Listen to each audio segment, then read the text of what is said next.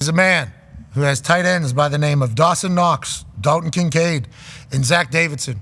And they are all so good at what they do. They need to start knocking on this man's door. Ladies and gentlemen, General Manager of the Buffalo Bills, Brandon Beane. Brandon Beane, there's a new high score at the tight end position. That's good news. Yeah. Well, I'd say his door is locked and bolted, so congrats to the 49ers for getting him done. He's a heck of a talent. Yeah, I mean, but if I'm Kincaid, I might want to think about getting in there early. Yeah. I want to think about now that the tight end market is what it is. Hey, don't be riling up my guys trying to get Don't be doing that, buddy. Let's talk about your team. How do you feel coming out of the draft? Obviously, in the first round, you get what seems to be the most electrifying guy in the draft room. I don't know if you saw the video. I assume you did. Literally every person that got drafted had to dap up Maxwell Hairston because he was so damn happy for him. And also, where they put his room was right next to where the tunnel would go. Obviously, he could have just sat on his couch, kept everybody like kind of behind him and not interrupted. He felt obligated, it feels like, to celebrate alongside every person that had a dream come true. I assume that was among many factors, including the fact that he's fast as shit, as why he was the guy for the Buffalo Bills for you in the first round? Yeah, I mean, that's who he is. He loves being around people. He's an energetic person. Obviously, you see his energy on the field and his speed. But I actually asked him about it. I was unaware of it until after my media that night. Somebody brought it up, and then so I saw some video, and he was just like, no, I was right there. He goes, I've met a lot of these guys through training and through the process along the way. And so he was just like, man, I was genuinely happy for him. He was like, it's pretty cool. And I was in a perfect spot. They had to walk by me, and I was going to love them up. So a lot of credit to him. That's just kind of his personality. So it was cool, when he got his moment and people were dapping him up after he had done it for everyone else. Yeah, I think if I was you, I would because nobody's asking him to do this. This is just him naturally feeling this way. And everybody else wanted to gravitate to him too. It's like for you just to feel like, yeah, everything we thought about this guy's right. Just in that one moment, in my eyes. Whenever I saw that with everybody, I'm like, everybody likes him, and he likes everybody. That's somebody we want in the locker room. You talk about his energy. Do you think you got a bunch of guys that fit your culture? And how important is that as you're going through these picks? Because I know, later rounds, middle rounds, there's a lot going on. I don't know how many people you have on your board, but maybe the person before you took somebody that you want. How often are you scoring like fit in our culture, in our building, while making all of these picks? Or how do you kind of judge that going into the draft? Yeah, great question. We kind of build our board that way. I mean, you start and you're building your board in the fall just off of what you're watching on film. You really haven't met these guys. You're getting background on them. You're kind of putting the puzzle together of what they are as a person, their habits, their DNA, their learns, their medical, all that stuff that we're doing through the spring before we get to April. And so, you would love it if they all check out as characters. Sometimes it's like, the guy's not a bad guy. We got some work to do. His talent is in the second round. Don't love everything about him, but we think he's trending up. Maybe we drop him down a little bit and say, we're going to lower the risk here if we don't like him, but we still think our culture, our building can fix him. So all those things can weigh into where you put him on the board. But once we set that board prior to the draft, we just play off of that and we go with it. Even to your point, if someone gets we got our eye on a guy and he gets taken off right before we pick, we look to the next guy. And we kind of have those, especially when we get inside 5 picks. All right, this is choice 1, this is choice 2, this is choice 3, and beyond. And you just, you get 2 picks away. You go, all right, here's choice A, here's choice B. You make the pick or you trade out. Are you watching the feeds of the draft, and then, or do you have a phone that's just open to everybody? What is the setup in the war room?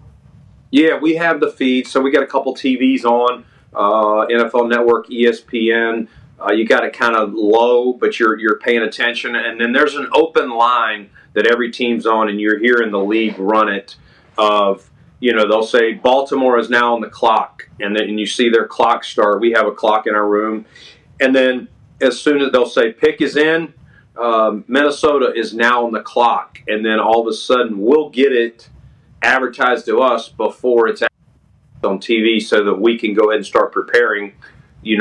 Again, that's 1 pick closer to our next one. Oh, got it. So that's how picks get tipped.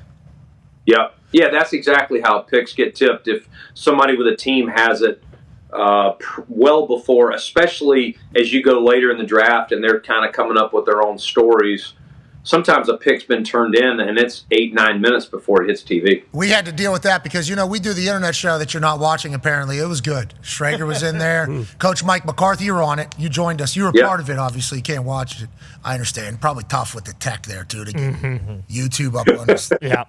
I wanted to put it on, but they told me no. I wanted to next year. That's probably Boyko. Yeah, I understand. Hey, that damn Boyko, he's a hard ass. I get it. I thought we did a good draft show. Just for future reference. So there was some words said, Sure. How was Mike McCarthy on there? Hilarious. Just really? Absolutely. At the beginning, he was a little uncomfortable. So he wasn't understanding that TV was happening around him. So, I'd ask him a question, and then I'm pressing a button right here, right? So I press a button on a thing, and I'm talking to the back room right now.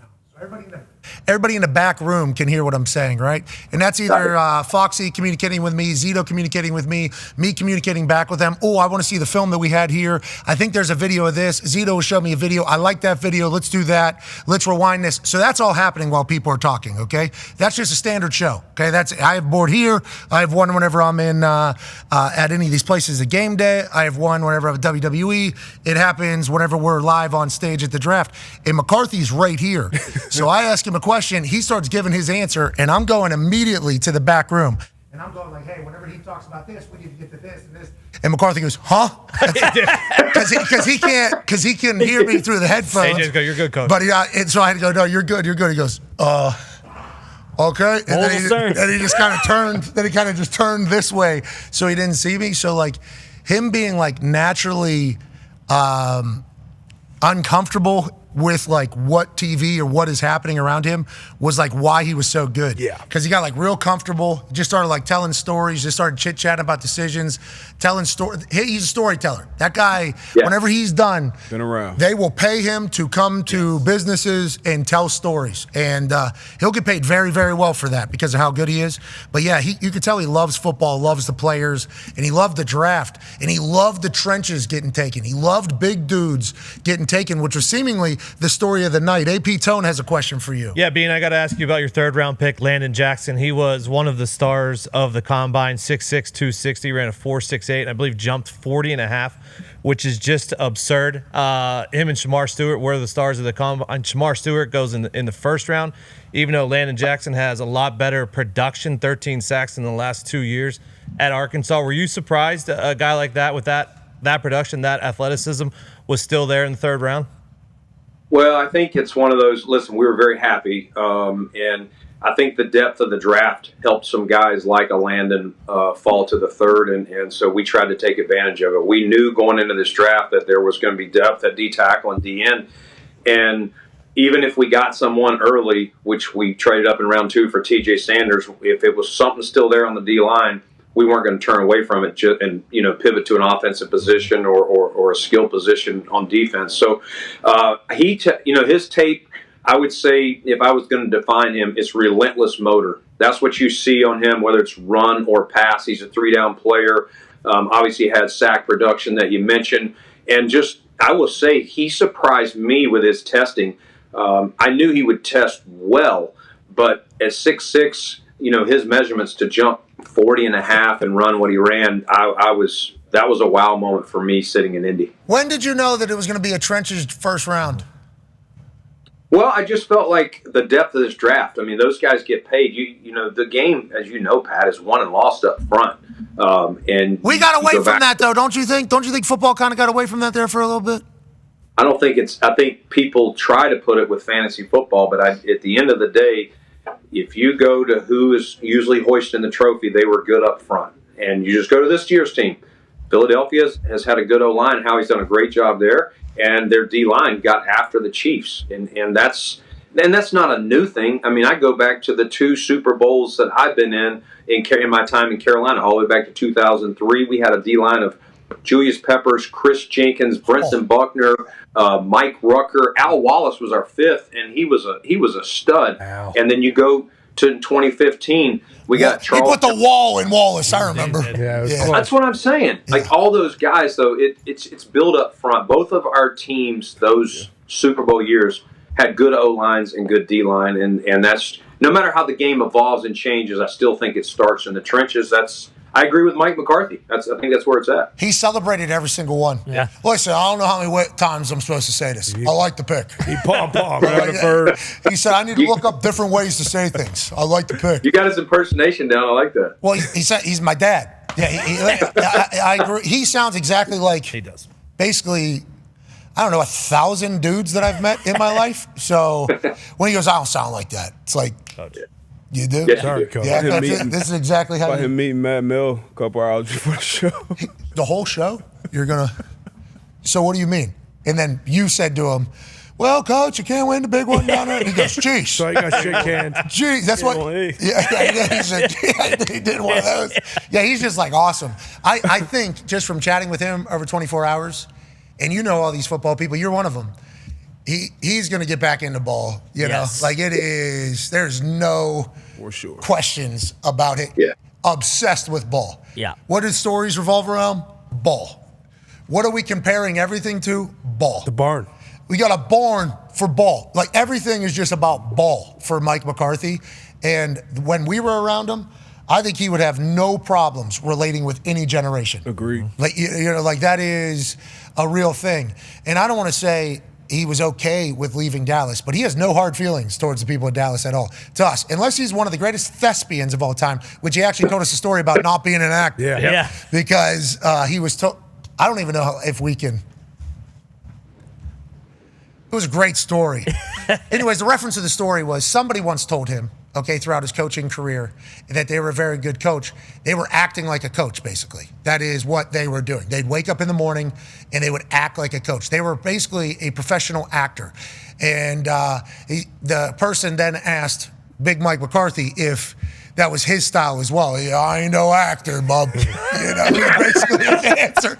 And it was like every story he told, it was like this guy is through and through. So he was a lot of fun, but he loved every trenches pick. He loved every big body that was taken. And we do too. You know, we have AQ Shipley come on the show each week and we call it In the Trenches and we do that whole thing. It's the most important part by far. I'm happy that the Philadelphia Eagles won because now I think it like legitimizes that you can be an old school football team still and win in the modern era. So I think that's only going to continue. Now, speaking of the modern era, you need weapons. A lot of weapons. Connor, a New England Patriots fan, has a question for you, Mr. Beane. Yeah, Brandon, thanks for bringing up 2003. You know, those are good memories for Patriots fans. All right. And also, you know, you went on a radio show earlier this week, and these two fine gentlemen who I thought made some good points about, you know, the fact that you guys kind of needed wide receivers. And turns out you disagreed. Actually, you buried them and kind of let them know. Hey, great promo on them. It was so good. It was a good promo. Averaged over 30 points this past season. You know, you actually even said, hey, last offseason, if you guys brought this up, I could understand. Okay, but now bringing it up is kind of bullshit. Why didn't you draft a wide receiver, and why do you think, you know, now with where Josh is, you know, you don't really need to have that guy in that room? Well, I mean, you look at Tom Brady. We were talking about some of these teams that won Super Bowls. Look at New England. How many like great historic receivers did they have in their Super Bowl teams? And so, but the Patriots, they were good up front. They had a good quarterback. They easily had some type of run game, whether it was Corey Dillon, whether it was Falk, White, a lot of those guys. And so there's 100 different ways you can build it, okay? And we're not against good receivers, but again, as we were talking about earlier, we want to be strong in certain. I would love to have a Pro Bowl quarterback, an All-Pro offensive line, All-Pro running backs, All-Pro receivers, but when you're paying Josh Allen what you're paying him, you got to make some concessions somewhere else. And so I think it's just, again, the narrative since we moved on from Steph a year ago. I understood it last year, as you said. I understood why people were questioning, hey, do they have enough at receiver last season? But as my point was, I thought they were kind of breaking down our draft, and that was their takeaway, was why didn't you take a receiver? That's the part I didn't understand. Like, we just showed that we could score 30 points a game for 8 straight games. We averaged over 30 points. We scored the most points of anyone last season when you include the playoffs. So why are we talking about receiver? If anything, and they didn't bring up that we had already added Josh Palmer this offseason as a free agent addition. We extended Khalil Shakir. So again, we like our receivers. We feel strong about our receivers, and in our opinion, it wasn't the deepest receiver class to be trying to, peg a player that would fit in our top 4. Okay, so you said there, we're scoring 30 and we're losing. So obviously maybe it's the other side of the field that we need to chit-chat about. When do you make that decision that is what the entire offseason focus is going to be? Because I think we heard that the Atlanta Falcons were only interviewing defensive players at the Combine.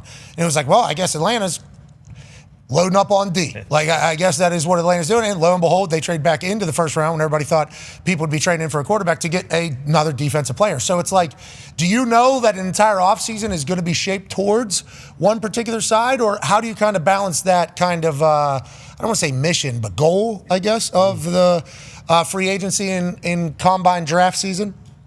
Well, when you look at our roster coming out of the season, Pat, we had a lot of guys on offense that were returning to their positions. I mean, our whole O-line, or top 7-8 guys on our O-line are back. Our top two tight ends are back. All 3 running backs are back. Our quarterbacks are back, and most of our receivers are back. And we did add a Josh Palmer. So again, we knew going in there's going to be more transition on defense, and we just felt we needed to kind of add some free agent depth, which we did in free agency on the D-line. We added Joey Bosa, Michael Hoyt, Larry Ogunjobi. But then we looked at the depth of the draft. And like I said, when we started in February, we felt like there was going to be a good number of D linemen that we would have an opportunity at some point early in the draft. Not necessarily first round, which we got a corner, but the next 2 picks lined up for us to take D linemen. And so we weren't going to turn away from it with the value that we had on our board. Corner, D-tackle, D-end, D-tackle, D-tackle, tight end. Welcome to the team. $19.1 million now is the new going rate for a tight end. Damn. If anybody on the Buffalo Bills that plays tight ends, $19.1 million is the. Kittle was the 5th round pick too. Kittle out of Iowa, wasn't it? Absolute dog.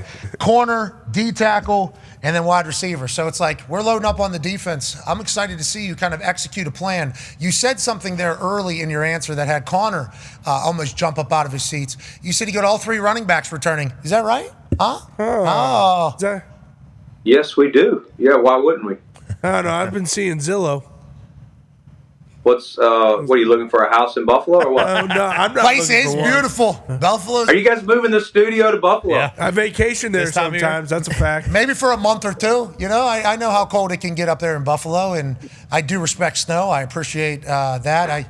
I'm comfortable where I am with snow, but Buffalo's not a bad place at all up there whenever there's sun out. They try not to tell people about it. I mean, on the lake during the summer. Are you Great kidding lake. Me? Yeah.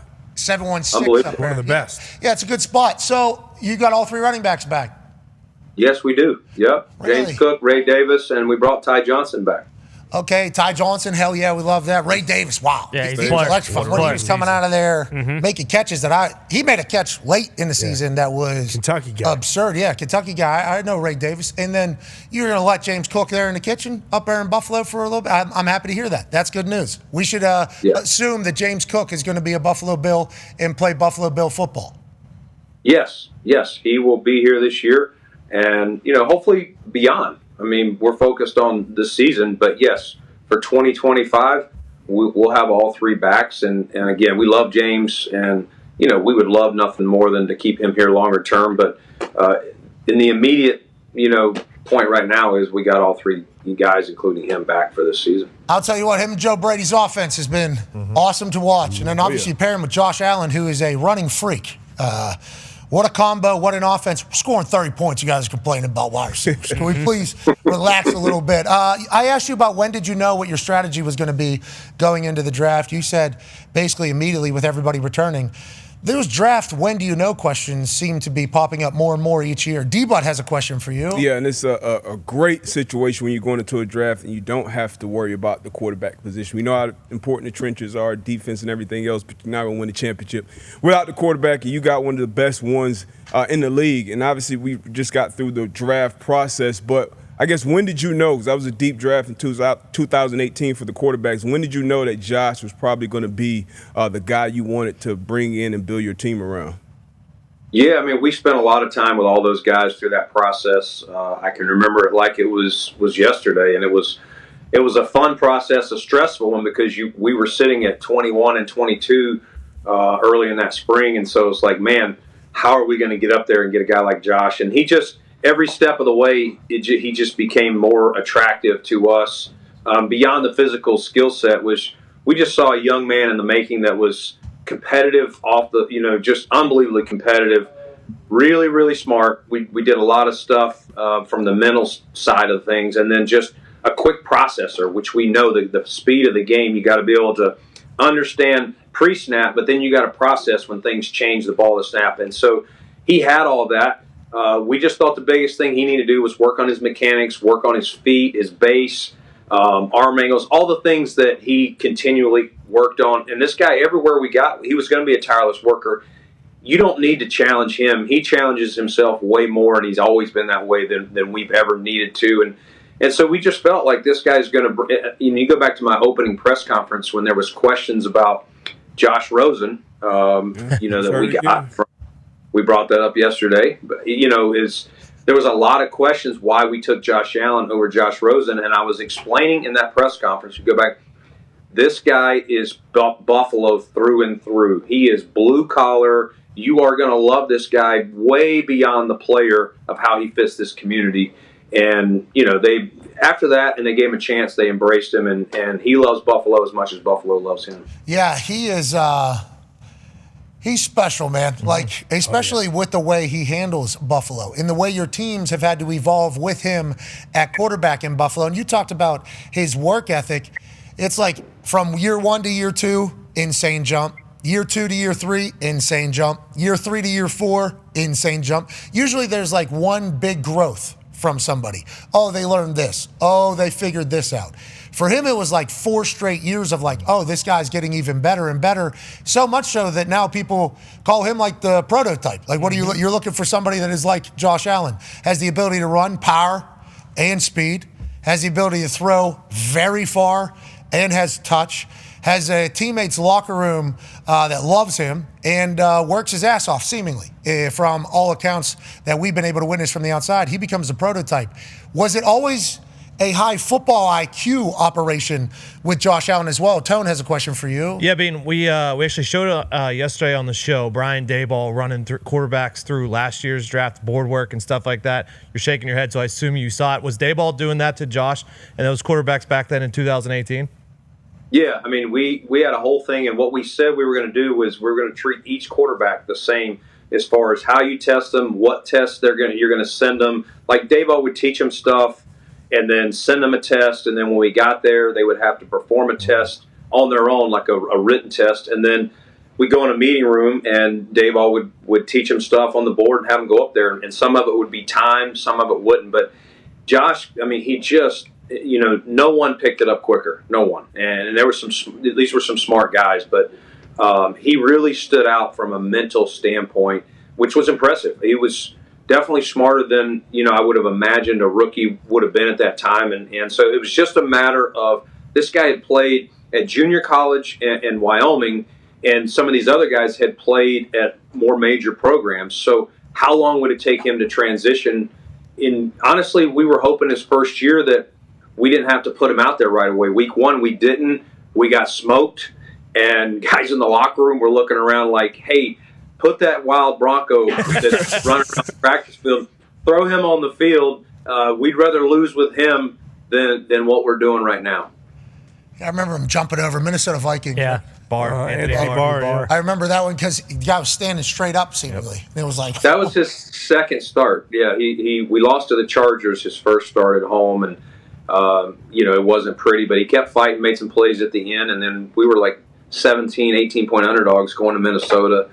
And same thing. That's when the leap, took off. Okay, so you talk about him being great in that day ball meeting. We were watching those day ball meetings, and it was like, geez, that would be. You got no ball? I mean, you're gonna get exposed in there if you don't know ball. Like, that's gonna be very evident. I don't need you to bury anybody, obviously. Okay. But story of this draft, one of them, especially on networks, I believe you were watching.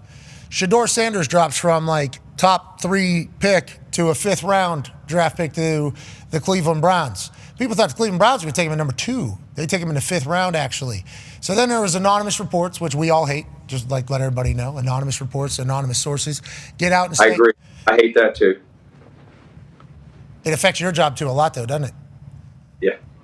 Let's just, if we're going to do anonymous, let's just say it out if we're going to take shots at people. Boom. This is what I'm saying. Okay, so you probably heard this. So anonymous sources were telling people that he had like the worst meetings that have ever happened, or worst team one-on-one meetings that have ever happened. How would a meeting go bad if a meeting was to go bad? And what does that mean if that is true from what his anonymous sources are saying? In your eyes, in your world. Not with Shedeur, but in your world, if it's ever happened. Yeah. I don't know. I would say maybe if a guy was just kind of half-assing it through the, hey, sometimes you see, hey, my work spoke for itself. Like, they're kind of not, like, you either like me or you don't, kind of thing. I could see that happening. Beyond that, the only thing that could really hurt would be where, if you don't think mentally, you have to be very smart. You got to be able to call the play, understand the play. You got to know where everyone's lining up. You got to be able to know what the defense is doing. There's so much mentally on these quarterbacks' plate. And so there is a threshold that you're like, man, I don't know if that guy is smart enough to run our offense at the level that would be the only, other than being disrespectful or nonchalant, like, take me if you like me. If you don't, then I'm fine. That would be the only other way. What an interesting thing, because there's stories of like Peyton interviewed teams whenever he was coming out allegedly. That's allegedly. That was like the old fairy tale or folklore about what happened. Then Gronk said he had a terrible meeting. Horrible. Fell asleep. New England. Yeah, with the New England Patriots one somehow, and he got drafted there. And then you hear stories of these types of meetings happening, and then a guy who's supposed to be a top 5 ends up in the 5th round. I mean, that was a wild. Yeah. That was a wild situation. We had a quarterback one year in Carolina that we brought in. I'm not going to name him. And he met up with a receiver that he knew. They didn't play at the same college, but we had the receiver in on these 30 visits. They met up, and they went out the night before. The receiver was flying out, and he was supposed to meet with us. And we couldn't find him for like 3 hours that morning. He was in his room, and he was passed out. And so we put him on a plane. Brady quit. Yeah, that's a bad meeting. I guess that would be a bad meeting there. So that was a no meeting, and we took him off the draft board. But he did get drafted. He probably learned a lesson, and he played in the league. He did play in the league? He played in the league. It didn't turn out great, but he did play. Did it turn out how you were projecting it? After that, probably so. Oh, not before that, though. Thought was going to be potentially great. Yeah, I had some talent. Yeah, he wasn't a great athlete, but a pocket passer with a strong arm. It'll get you. It'll get you. It'll get you down in Charlotte. Charlotte will get you. Good con down there. It's a good con down there. Ty has a question for you, Mr. Beane. Yeah, Beane. Just curious. I know you guys don't really give a shit about draft grades, nor should you. But I'll have you know that you guys are pretty much getting praised. Wow! Holy hell! Congratulations! Yeah. Wow! What a job! Everybody thinks you knocked it out of the park, but. Is there any point, like, throughout your career where immediately after the draft you either have, like, I don't want to say regrets, but, like, you're uneasy about it? Or do you always feel great about the picks you made post-draft just because, you're okay with how much work you put in on your board going into the draft? Yeah, I mean, we're genuinely excited about the guys we got. We stack our board, especially if you trade up and get a guy like, man, I really like that guy. But there's always times where you're like, man, a guy's falling to you, and it's a perfect match with a position you need, and someone trades right in front of you, or the team in front of you had no idea. You're kind of paying attention to their needs. You don't think they really care for them, and you sit there and they take them. That happens, to most every team, I'm sure, and it's definitely happened to us. those are some of the ones you're like, man, should I have traded up 5 picks and secured that guy? And that's kind of why my history, I've been a trader, is like, I'll tell myself, listen, at some point here, I'm going to be mad if this guy goes. I know some people are going to say I shouldn't trade up, but I just want to go to bed tonight and know I got this player. And so those are probably the biggest, right after the draft. Now, listen, 2 years later, you're always studying and the guys that worked either on your team or another team and the guys that didn't, and you're trying to evaluate your process. If a guy's doing better than you thought, what's the situation? What did that happen? You're always trying to learn from it. And so there's also, separate of the immediate kind of self-grading how the draft went, there's always a couple, 2 or 3 years down. You're like, man, if I knew that now, I would have taken that guy, or something like that. I respect how did I miss this? How did I confuse one with the other? And then trying to figure that out for future drafts. That's the part that I never even considered. That's the most important part of the entire thing, it feels like. How does it feel like the team did? Were they morale high? Everybody take a break? What is the scouting department? After the draft happens, what does the scouting department do now that their Super Bowl has ended, right? Yeah, so we send the college crew back home for a few weeks, and then we meet up. Go see your families. Go live their life. Hug their wives and kids and all that good stuff. And they got about 3 weeks off, and then we kind of restart getting ready for the 26th. Get your ass back out there. Okay. You got about 3 weeks, and then we're It's the Nick. Yeah. Okay, we need to find. We're chasing greatness here in a new stadium too. Yeah. Mm-hmm. Connor, One more year. What have you been hearing? What have you been hearing? I heard, and this is just through the grapevine, that the Buffaloes have been shrunk down to The Bison. The Bison have been shrunk down to 5 foot. No way. Yeah, they're going to be tiny. That's not the case? People are going to be able to ride them. No, you're not riding Bison. Yeah. You can put a quarter in and it'll move. No. Like a No. pony. Yeah. No one said you're putting a quarter in. It's doing the pony ride. That's what those 2 radio hosts said. Yeah, Jeremy and Joe. Yeah. Where are we we're a year away from that, and We're a year away. Yep. have the Bison been started of construction? Because if they have, we need an update. If they haven't, I assume there's going to be updates. Mm-hmm. Because believe me, I've been lobbying hard to make sure these things are big. I told them I put my name out there with you guys, so we're still working on it. What size are we looking for here? We have 25 to 30 feet. Yeah, 40, 50 feet. the Dims, I think you guys are at 18, right? Isn't it 18? Yeah. Yeah, the stomach is 12. Need to be over 20. The head is 18. Yeah, I think if you could say it was a 20-foot bison. Yeah. I think that is the goal. Don't you think? Yeah. 2 stories? Oh, yeah. How many of them are there? 3 of them, too? Are they like running? Mm-hmm. Right? They're doing a run? Yeah, I think there's 3 of them. The herd. Oh, my God. Maybe A 5. herd, a 20-foot bison? Well, there's a little baby down there. So the baby, I don't think the baby. That's a photo. The bison. family. Yeah. That's fine. I don't think, I think the parent bison, Mama and Papa. bison, if you will. If we get these bison to size, are you guys coming for the unveiling of this thing? Or Only if that happens. Yeah, we're getting a house. No, we would come. We'd come. When's it going to be? The stadium opens like next July of 26th. I think it's when it's. Walk it in. Perfect. Lock it in. We'll play a round of golf with you, too. July, Yeah, I mean, let's go. Hey, well, I would like to go to the driving range with you, too, the night before. Mm-hmm. Okay? July 4th. in You host Buffalo. us for dinner at your house. The real handicap. Yeah. I'm in. Let's go. Get up here. July 4th in Buffalo could play. Yeah, Maybe it would. not. Right there on that lake. Lake Erie? And then I'm getting golf lessons from Beane, who's a stick. Mm-hmm. How are you playing now? Now's the time you're playing, huh? I got to get going. I got some events coming up, so I need to get my swing going. Events. Got to go shake some hands. PGA Championship playing this year. All right, ladies and gentlemen, thank you for your time, man. We really do. Congrats on a great draft, we assume. We'll tell you that in 2 or 3 years.